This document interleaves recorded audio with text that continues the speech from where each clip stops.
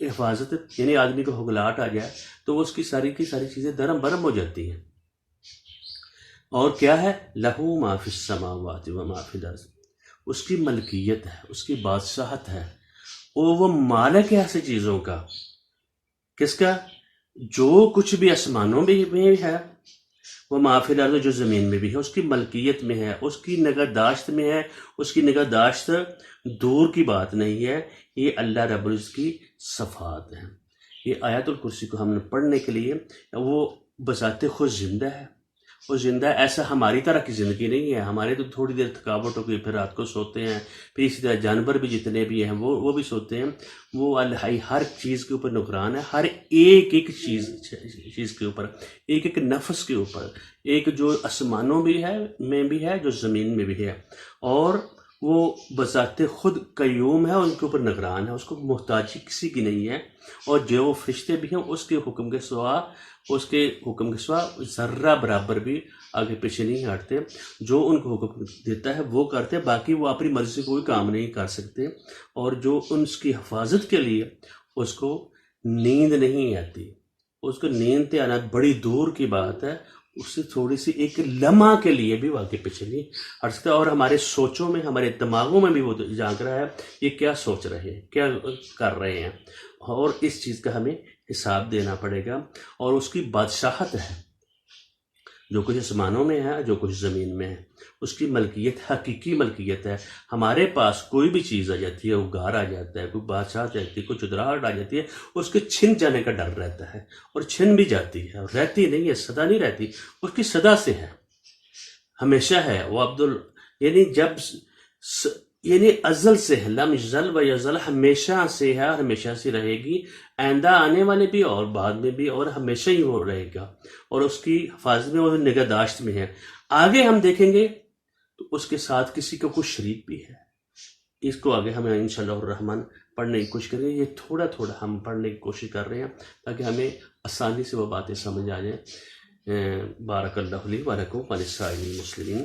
ہم ایک دفعہ تھوڑا سا اس کو پڑھ لیتے ہیں جہاں تک ہم نے اس کا ترجمہ کیا ہے۔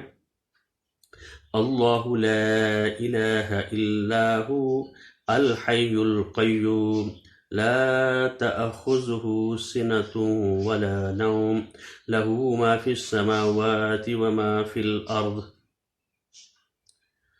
بارک اللہ لی